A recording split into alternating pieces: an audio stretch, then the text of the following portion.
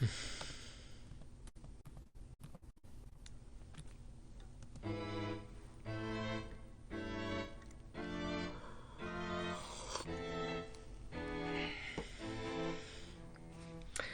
everyone, this is Marc Sabatella from Mastering MuseScore here.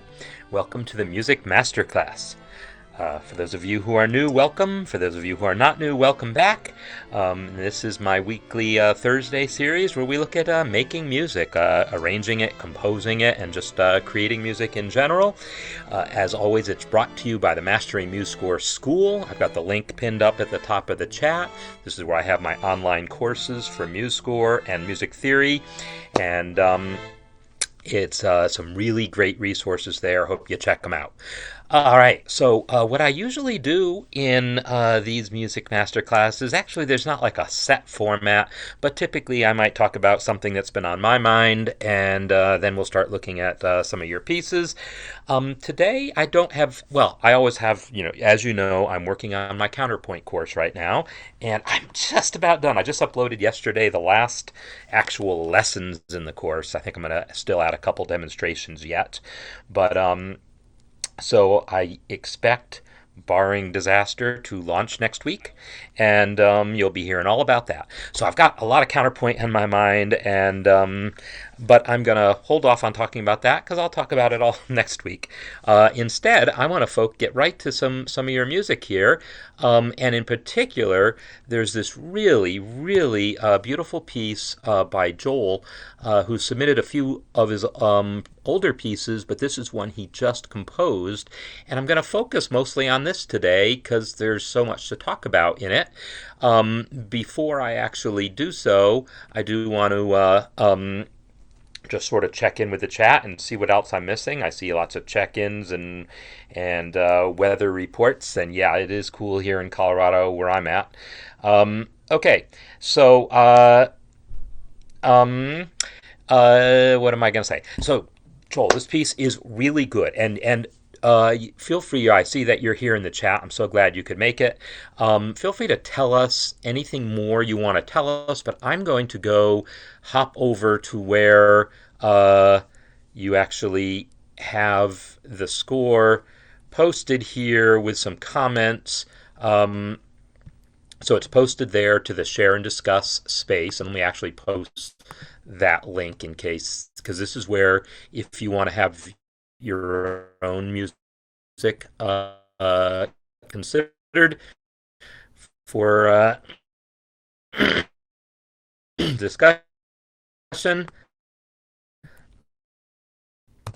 and then post the link into the community site here.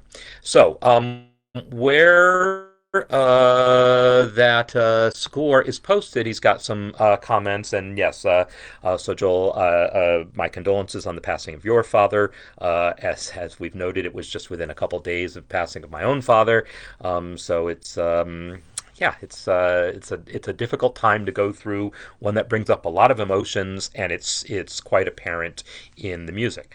Now, the thing that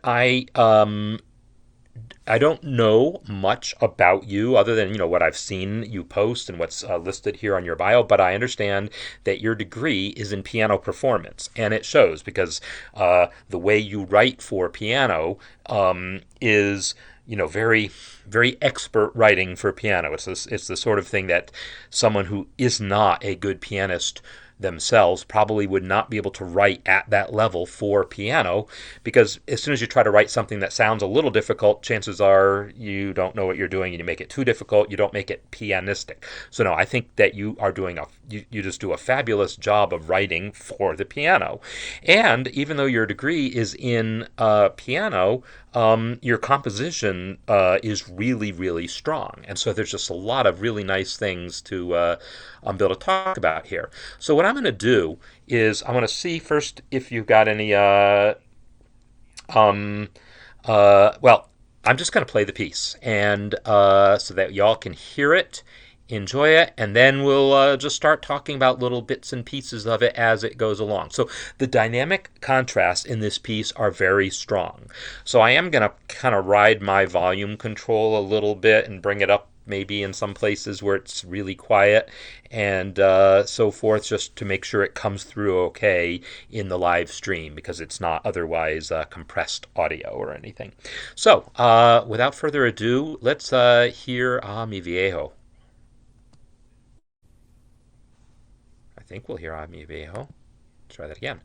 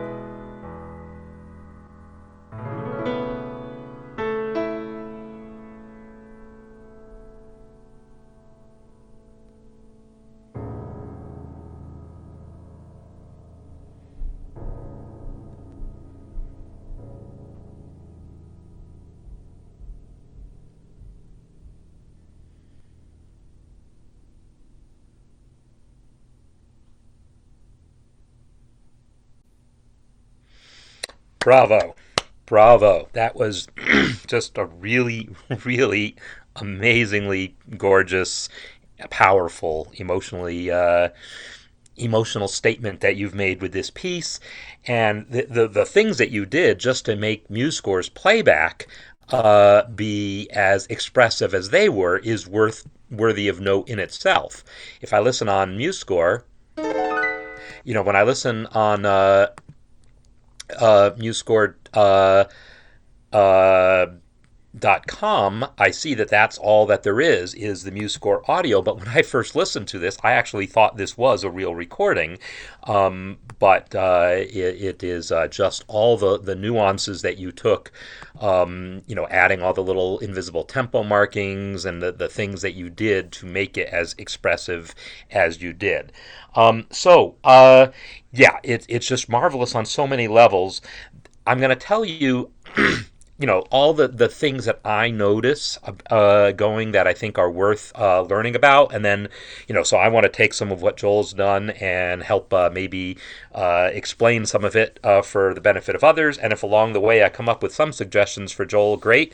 But I don't have a whole lot because it's really, really good as is. Actually, Joel, the main suggestions that I would have for you have to do with use of MuseScore. There's certain things that I see you doing, like I left all the invisible markings in here just so we can see what's going on, how you mark things up. But all the places where you've got like a little cadenza type figure and you've got invisible time signature changes, instead of that, you can actually just insert extra notes into the measure. And you can also go to like right click the measure and go to measure properties and just set the actual duration to be 1816 without having to actually insert the time signature change. And you don't even have to calculate that. You can just insert notes individually using insert mode here on the main toolbar, the drop down next to the note input mode. So there's certain things like that that I think could probably save you a little trouble in entering the music. Now, as far as the music itself, as I said, just it's gorgeous. And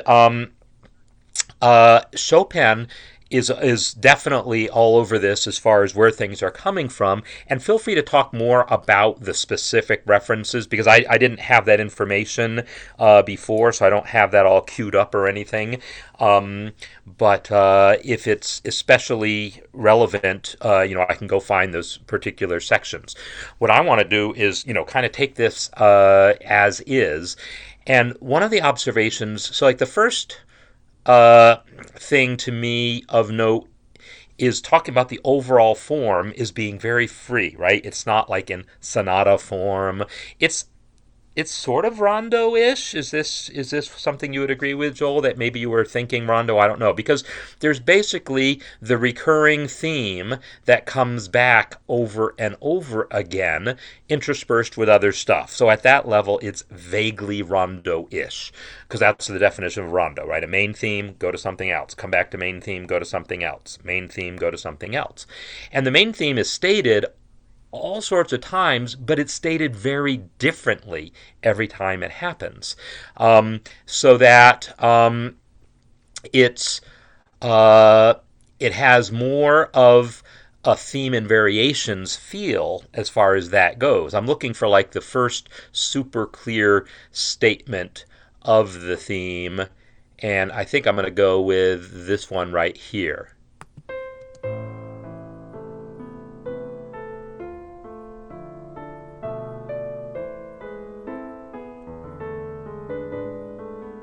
So that's the kind of main theme that comes back, at least in some form, because this form here just has a half note. Right? But then he's elaborates on that theme. It's a half note there and then 2/8 notes. But then he has this slightly elaborated version of the theme that is the one that gets used, I think, somewhat more often.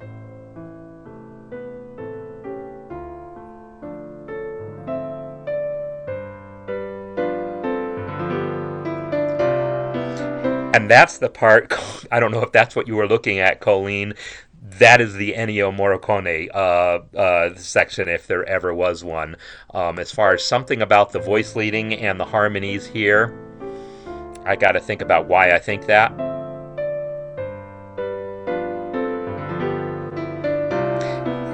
Yeah, something about that little modulation to C and the way the melodies work and everything about it. It's got Ennio Morricone all over it, who, of course, was inspired by Chopin and others too. So, but this is also the theme, I believe, that I think it was Dave who said this is basically reminiscent of Fly Me to the Moon.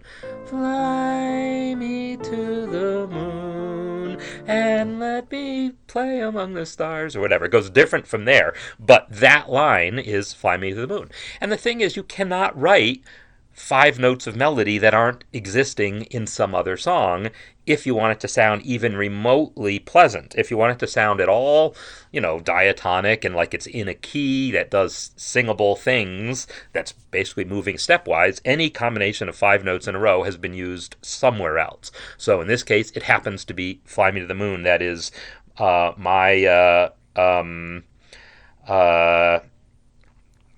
point of reference for that. So I'm just trying to keep up with the chat here, and bits and pieces from Rachmaninoff. Okay, that's good to know, and Liszt. Yes, it is. So monothematic is the right word here. There is that main theme that keeps coming back.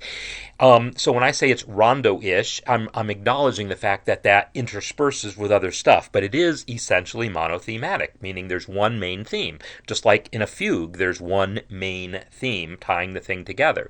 That's as opposed to a sonata form in which there's always 2 themes, the A theme and the B theme that kind of play against each other, and both of them are reused throughout.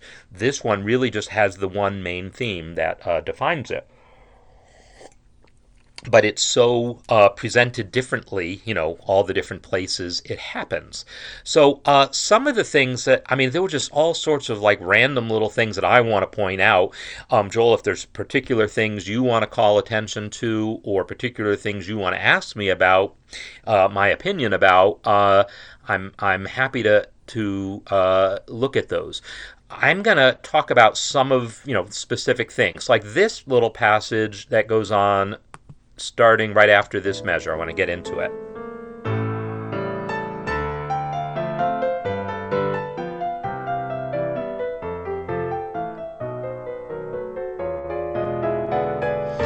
So this passage here is, what we call a sequence, and this is a really nice use, how he has the 2 different voices passing this information back and forth. And then the same thing again. So it's the same thing twice in a row. Meanwhile, this bottom or the middle voice here has bum ba da da dum, and then the same thing again, a step lower, ba da ba dum. So it's this having 2 different voices doing complementary things in a sequence where they both get to move down by a step.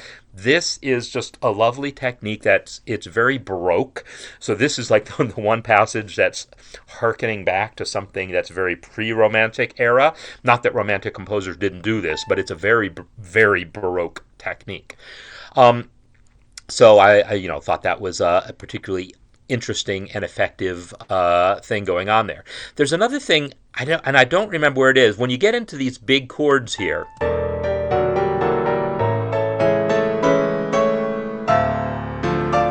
so those big chords, this is one of the things where I say, being a pianist helps one actually do this, because you want to sit and play those chords on the piano and recognize how playable are they.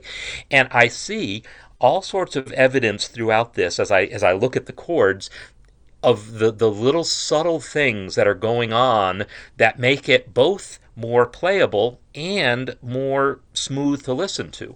On the piano, those 2 things largely go hand in hand. If you think about it, we talk about voice leading being about moving notes by step, or keeping common tones, not having big leaps unnecessarily.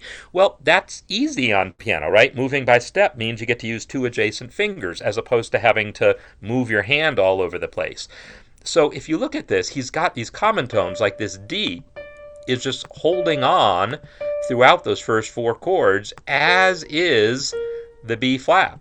So those two fingers get to stay where they are while the outer fingers move. This is absolutely classic piano, good piano writing. Where possible, you make that sort of thing happen. It's good voice leading, and it's playable, and it also allows you to create some chords you might not have thought about. Like this chord right here ends up, this is essentially an E half diminished chord, and it's got the seventh and the flat five in it here.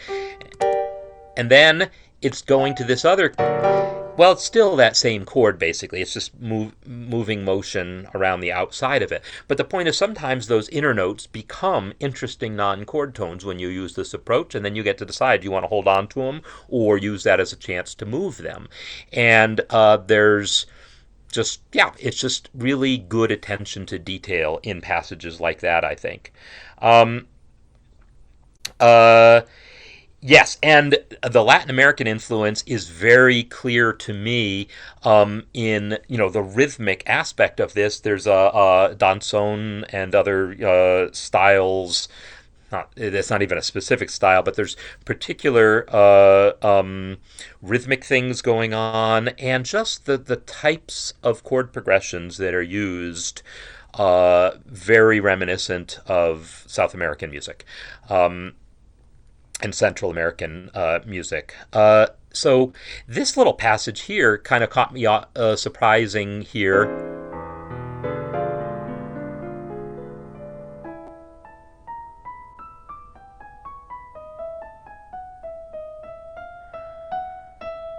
So this little lick here, this feels conceptually like not related to much else that's going on in the piece, and I wonder if this isn't a direct reference to one of those models that you mentioned, because it feels like a very specific line. I'm not saying it's out of place or out of character for this piece, but it kind of caught me by surprise. Like, oh, that's a sort of interesting little chromatic, twisty-turny little line that's not that much like other things. To me, that would be something worth exploring perhaps more, to A, give the piece that much more interest, and B, let that piece feel like it fits, like it relates to other things. I mean, it's not like there's not chromaticism at all anywhere else. I mean, obviously that passage we just listened to right here is chromatic, but it's all going in one direction, right? It's a chromatic scale. Actually, I guess I skipped that measure, all right, where it doesn't have that angularity of this part. So, yeah. So, yes, and cliche Latin American is not a bad thing, right? And so this chord progression here, well, here's the major key version, and that's maybe a little less so, but it's 1, 4, 5, and then it's going to some tonicization of the F sharp, which is 6. Now here it is in F sharp minor. So this was a really nice little thing, introducing that theme in A major. And then is it going to all be in A major from here? No. Now we hear the theme in F sharp minor, which again reminds me of Morricone. So I say it's in F sharp minor, but is it really in F sharp minor, or does it just start on the 6th chord? Fly Me to the Moon just starts on the 6th chord. So it sounds like it's going to be in a minor key, but it's not. By the time the song's over, you realize it's in a major key. And the same is true with this. So if I put Roman numerals to this is 6, 2, and then 5, 1. So this is a variation of the chord progression and melody that existed before, but it's a similar kind of idea. In fact, if we flip back to where it happened before, I suppose it'd be really useful if I put little markers like rehearsal letters so I could remember where things were. But in C, this is 6, 2, 5, 1, right? So 6, 2, 5, 1. Circle of fifths. It's all very, very straightforward as far as that goes, but it's just executed so nicely. Now wait a minute. What is? Oh, I see. Actually, no, I don't see. This chord here was has the A flat in it, so there's like a little bit of kind of an F minor sound. So it's this minor 4 chord that you all know I'm in love with. It's basically an F, C, and A flat, an F minor sound, but it also has the D here, so it's really more 2D half diminished, the 2 chord, but it's all the same thing. It's borrowed from the key of C minor, and it is the classic tearjerker chord. So it's just really exactly the right call to be putting in places like that. I wanted to find this one other passage. Oh yeah, here's this passage here.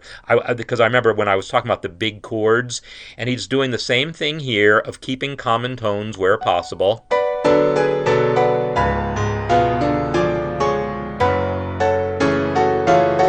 And again here you can look at that C sharp that's being carried through all the way.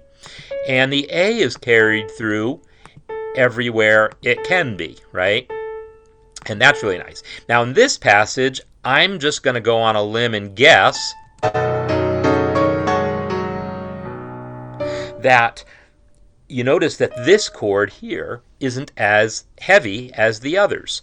Why? Well, I don't know, but Joel, my guess is this is a nod to playability. We're picking up the whole hand and playing a big chord, moving it like that is perhaps a little harder than need be, and sometimes it's nice to only have to play the octave and then fill in the chord. Now maybe you had other ulterior motives, but when I look at it, I see that as a nod to playability, and quite welcome, because that's gonna, I have a classical piano background, but I didn't pursue it. I went much more into composition and teaching and jazz improvisation, and so as a result, my ability to actually execute this on the piano, if I were to practice it, would be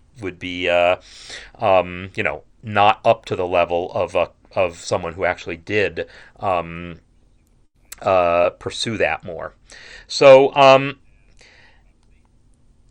okay, so I assume I'm trying to check in on the chat, but also not let it completely interrupt me. And I think your comment here about the Chopin fourth ballade and the transition between A and B, you're talking about that chromatic line, so it's a reference to that. So that's nice.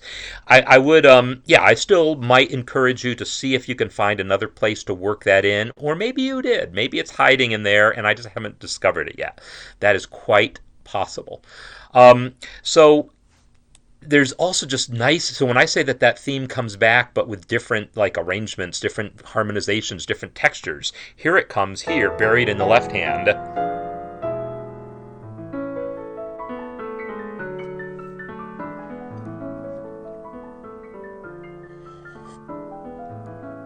So I say buried, I don't mean that it's literally buried, but it's between all the tinkly stuff in the right hand and the bass notes there. So it's in a middle voice here, and it never states the full melody, right? Ba do da do dum, boo da dum should go ba da da da da da da dum, or however it goes from there. But instead, he restates it now. This time, taking it from A major to D minor, and back to A major. So in the key of A major, this is 1, minor 4, 1. So getting more mileage out of that minor 4 chord. And in there, I see also a hint of a G7 chord, which kind of goes with the D minor. Oh no, it's not a G7. I take it back. I missed that there was an E there. So that's really this is the 5 chord E. Sorry about that. Now what's happening there? So I'm guessing this is in on purpose, but notice that this is E7 here, but in the melody we have G natural. to F to E. Now this is classic jazzism here. This is not something that goes back to Bach or Chopin so much. So I don't know what your frame of reference is here, but it's very Latin American also. So maybe that's part of what you might talk about. A habanero kind of sound. So this sound, basically the minor third on top of the dominant seventh chord, that sound, as a jazz musician, we'd call it a sharp 9. That right there is the Jimi Hendrix chord. That's the Purple Haze chord for people who know that as a frame of reference. That's the Purple Haze chord. It's a E7 with a sharp 9 on it. Is Purple Haze an E? I think it is. So that kind of sound, and then having that sharp 9 resolve down to flat 9, like that, going to the F, and then coming to the 5th of your 1 chord. This is all really classic, and not classical, but classic as in the way countless musicians have created that type of sound before. And then, this transition back to A minor. And I note that combination of putting the G natural and G sharp together like that, I say that that's a sort of a jazzism. It's related to the idea of how melodic minor has both, A melodic minor has both G and G sharp, but you wouldn't normally use them together. In fact, there's this whole thing called a cross relation that you're taught to avoid. A cross relation is basically, if you have a piece in A minor, you don't want to have a G natural in one voice and then a G sharp in a different voice in close proximity to each other. If you're going to have a G and a G sharp in the same measure, put them in the same voice. This is a classical thing, and it's worthy advice to follow where you can, because it's going to come up, because when you have ascending lines like this where it's eventually reaching the A, you're going to want the F sharp and the G sharp. If your lines are not trying to approach the A, you might not want the F sharp and the G sharp. And it doesn't just apply to the leading tones, it applies to any chromatic alterations. Typically, they tell you don't have the unaltered and the altered scale degrees in different voices in close proximity. But, to me, this is a kind of rule. It's okay, I understand what you're going for, but let's listen to it and decide in practice if it's what we want. And so here I see that same sound again. So right here, you got both of those notes sounding at once.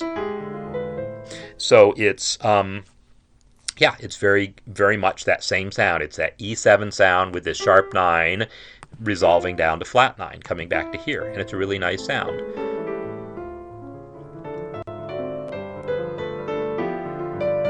And there's the Ennio Morricone moment again. And this is a nice little tonicization going on, and a nice suspension. E, D, right, the E is a chord tone. E, D. So the E is a chord tone, and now it's suspended above the D minor chord and coming back down. This is beautiful melodic writing here. This sort of thing, this is great voice leading, moving these notes by step, letting these common tones become non-chord tones, resolving them by step. This is really how you write nice melodies.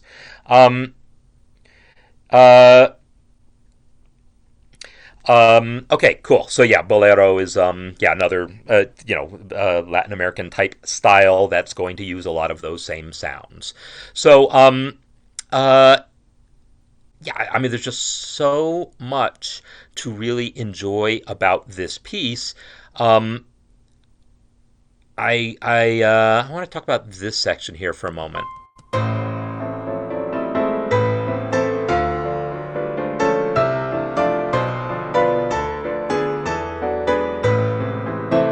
So this is in some ways, a really big climactic part of the piece where the melody is in these big octaves, but it's got all this other chord stuff happening in between. This is where it gets really pianistic, like, okay, again, you better really know what you're doing writing to do this. And he's doing all the things you want to do to make this work. Like keeping track of how many fingers you actually have, and realizing that if you've got 2 notes in an octave, you can only play so many notes in between it, but also realizing that the pedal, where possible, can sustain some notes. So even if you're not literally sustaining this C while repeating that C and then going up to a C sharp and a D, the pedal will sustain that C for you if you choose to, and I see that's exactly how you actually have it marked, right? So, and these big chords like that they're big chords, but again, the voice leading is so nice, and the use of the common tones allows it to be like, I'm looking at this and going, yeah, I could probably play that. I think you wrote a piece that I could play, which is really nice. Not that that should be one's goal, but for a piece that's as big and dramatic as it is, there's just a lot of things about it that just really have that sort of attention to detail, playability wise. Yeah, there's just many, many, many things to enjoy about it. Let me just jump over to this little cadenza section over here. So that passage there is really nice, and the way it's notated is nice with the small notes with a clef change and so forth in it. It's done really well. I'm looking at it harmonically, just because that's the lens I always like to look through. So we have, it's a D minor chord, but with this passing tone. I was just making sure that it was always just C sharps, because I got confused by the clef change and said, what, was there an A sharp in there? But no, that's just because I'm still in bass clef when I saw that. So it's a D minor chord with that major 7th on it as a leading tone. And it's a lovely sound, right? And that chord again is kind of a jazzy sound, but not exclusively jazzy, but it's minor chord with major 7th. And then he's doing this thing, which is another really nice pianistic thing, where, okay, if you follow the arpeggio from the beginning here, D, F, A, C sharp, D, while the left hand has D, and then it goes to A. So where the right hand went to F. Let me try to say this as non-confusingly as possible. The first fast note that the right hand plays is an F. The first fast note that the left hand plays is the A. Then the next note that the right hand plays is the A, while the left hand goes to D. And then right hand C sharp, left hand F. In other words, they're playing exactly the same arpeggio. This is also D, F, A, C sharp, D, but it's one step behind the right hand. So the arpeggios are both the same arpeggio, but the right hand plays the note that the left hand just had an octave higher. So the left hand starts off with an A, and then the right hand takes that A an octave higher. Left hand plays the D, then, oh, this one didn't have the C sharp, so actually that pattern doesn't start until here. But still, the idea is definitely the same. It's 2 steps behind after that. But the idea is you're playing the same arpeggio in both hands, but offset, so that it's not just in octaves, but it ends up being in 6ths and 3rds and 5ths and so forth. Like from D down to A, it's a 4th.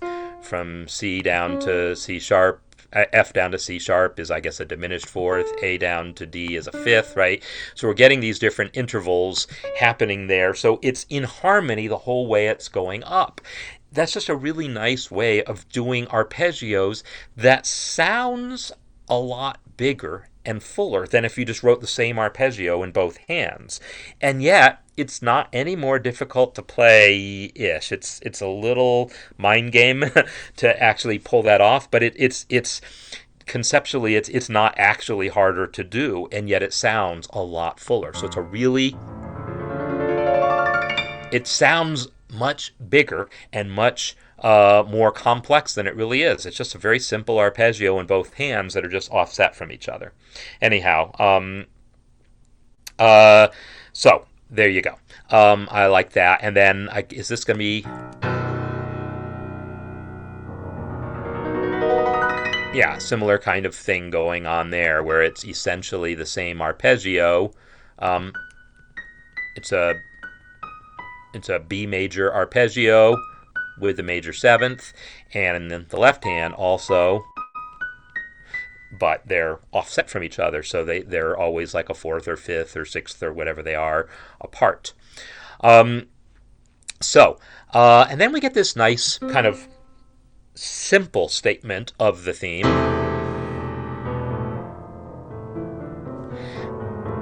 I say simple because there's not as much going on pianistically, but what's going on is pedal point, right? We've got this E that's just adding drama. That repeated E is adding drama and a sense of anger that maybe wasn't even there before. The bigger chords had anguish, maybe, but this feels almost more angry because of the dissonances that get created. And this, it's like someone's just like hitting you over and over again, is the sense that I get. And so it's please stop hurting me is the sense that I get hearing this. And so when I talk about there being an emotional experience, that is part of what I hear in this is pain. So I'm not saying that pedal point is necessarily always a painful thing, but pedal point always involves dissonance, right? We're going to have this D minor chord with an E in the bass, and there's some dissonance associated with that, but that much more so because he's not just putting an E in there, but he's making me hit an F against it, right? So it's got that second right there on the bottom. That is a really dissonant sound. And then on the next chord, it's an F sharp, which is also a crunchy sound. And even when it becomes a G, and so now this interval is a third, it's not dissonant anymore, but as low as it is, it's still just incredibly dark. It's just incredibly dark. And then he moves the dissonance up to the top of that chord. And the voice leading in there, bum, bum, bum, bum. Oh, how could I, I want to get back to that because what's happening here harmonically is worth mentioning. Actually, that's not the passage that I would want to talk about for that, but it's the B flat here is seemingly indicating the Neapolitan, but this isn't the place where you really clearly indicated the Neapolitan because there's like this whole modulation thing going on. I do want to, because a lot of people I know are have questions about the Neapolitan. It comes up pretty often. Is this maybe a spot? That's not the spot.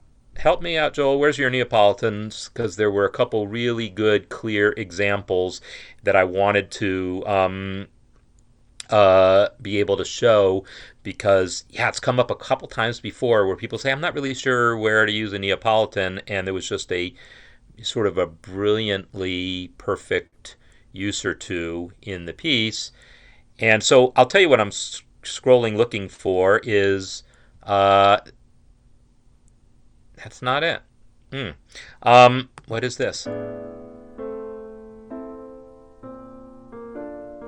Yeah, it is. Okay, there we go. Okay, that's a nice one. So what's going on is we've got our A minor chord. Then it goes to a B flat chord, a B flat major chord, and then to an E chord, the flat 2 chord to a 5 chord.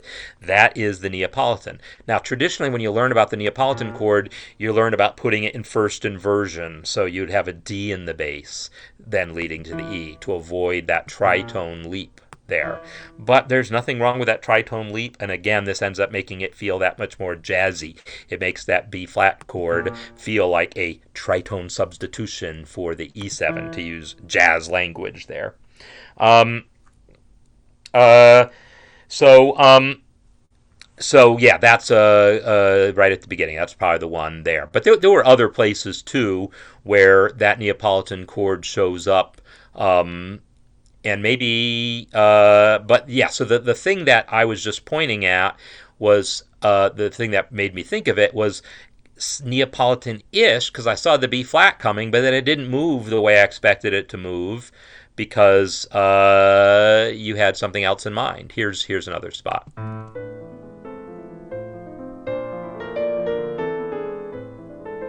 And here you've actually put in a secondary dominant leading to that Neapolitan, right? You've got an A minor chord, and then not just the B flat chord, but you've actually got an F7 chord tonicizing the B flat, then going to the E, and then coming back to the A minor chord. So anyhow, harmonically, this isn't exactly complicated harmonically, but it's rich, right? I mean, as you said earlier, this is a lot of cliched Latin American chord progressions, 1-4-5-1, circle of fifths kinds of things, simple 4-bar phrases. It's all very standard, very singable melodies. It's very classically structured, and again, by classically I don't necessarily mean classical music. I mean the way Latin American music is often put together. And now I just lost my train of thought about that. Oh yeah, so it's simple in that way, but not simple because it's not just triads. It's not just 1, 4, and 5 triads. This isn't La Bamba we're talking about here. This is 1, 4, and 5 chords with all this rich chromaticism built around it. All these passing chords, all these subtle little secondary dominants and uses of Neapolitans and stuff like this. This minor chord with that major seventh in it that just gives it that extra little color, and this B, which is in this case we'll call it, since it's not approached by step, we'll say it's an appoggiatura. Ba-do-ba-dum. If it had gone ba-da-da-dum, we'd call it a suspension, right? So it's this idea that you can take relatively simple harmonic material and make it sound just incredible by really just being in control of these elements, by having amazingly great voice leading, by having these little subtle details of the chromaticism and the tonicizations going on, while still having a simple chord progression.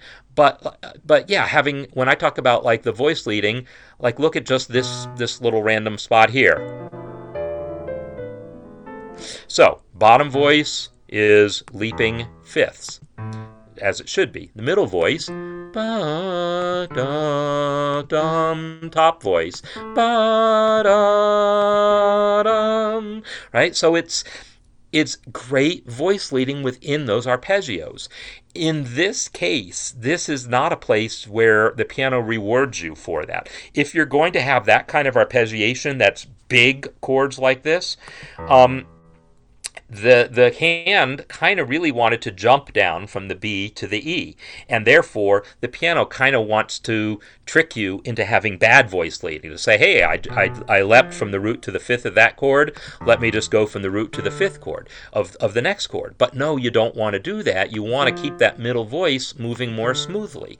So he's got that going on, but it does make it that much slightly harder to. It's not really harder, but it takes a little more thought, takes a little more work to have good voice leading with big arpeggios like that. You have to think about making those notes line up, and he's clearly doing that. So this is just really, it's just good stuff. It's just good stuff.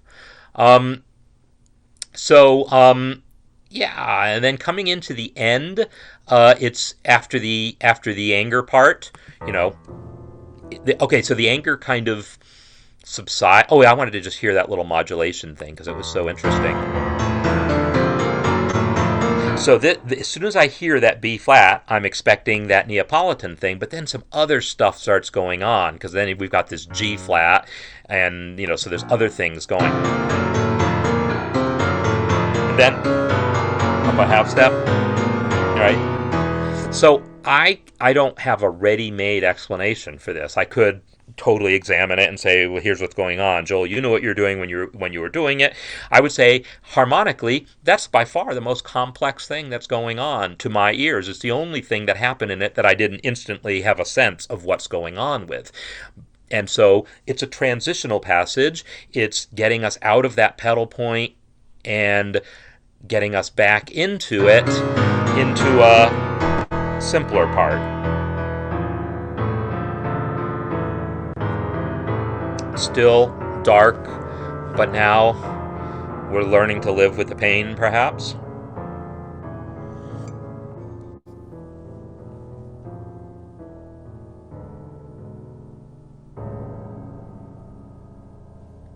And then we get to hear that A chord, and it's like, oh, is there peace? Well, it's not that simple. It's not like it just resolves just like that. But there is maybe that moment of some sort of acceptance, and then you get to live with that acceptance for a little bit. And we have this almost childlike simplicity, something about having those high notes there, the melody in the upper range, and these treble chords. After all that, feels like a child song. It sounds like a music box, right? Yeah, it actually does sound like a music box.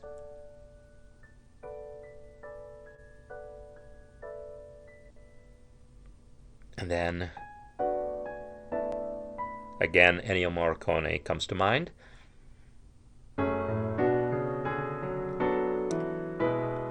And then the final bits of, little bits of melody to say, okay, this is what we're at peace with, and this is what we're going with, and some final chords.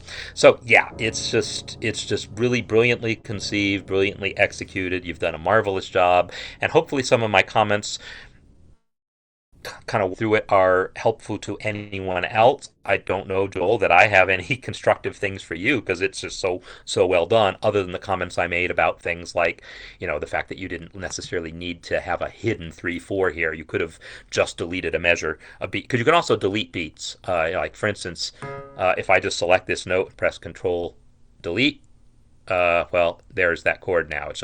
Now you can see that chord. That measure's only 2 beats long. So it's easy to add and remove beats without needing to be adding time signatures and so forth. So there you go. So again, Joel, if you've got any other questions or anything, or specific things to call attention to that I didn't, feel free to mention. But I'll probably be wrapping up fairly soon here, because it was a really just marvelous journey through this piece, to be able to feel like we got to hear some of what's going on, experience some of the same feelings, and understand how the music is put together to make those things happen. Yeah, again, bravo. So I'm going to start again, kind of wrapping things up by just talking about what we're going to be seeing going forward. So this was like, a lot of, we spent the whole time basically on this one piece, because it's so deep and so much going on, so many things worth talking about. And Joel's been so great about posting some of his older work, and I really wanted to be able to talk about a current composition of his, and he did not disappoint. So again, thank you so much. Next week, again, barring disaster, I will be launching my counterpoint course. And so next week's music masterclass will be all about counterpoint, and I'll be giving you a tour of the kind of stuff that you'd be learning in there, and showing you some of this stuff, maybe setting up a challenge, and we'll be immersing in counterpoint again for the starting next week. I also, I want to be able to focus on other pieces by other people. So I know there's people who are following who have never posted anything, and I want to encourage you to do so. They don't have to be big, grandiose pieces like this, right? I've looked at little 8-measure snippets of things. Sometimes there were things done as exercises for my harmony course or whatever. So I love having this range of things to be able to look at really big pieces like this and break them down into small pieces so that we can talk about, if you've never written a big piece like this, you can understand some of what goes into it, but then also taking a look at some of the smaller pieces so that we can understand how, by getting it right from the beginning, you then have the ability to expand there. So I want to just encourage people, no matter where you are in your own compositional or arranging development, to just post some of your music here so we can talk about it and all learn from each other at all different levels. So that is my that is my challenge to you for now. Just if you've never posted something, go ahead and post.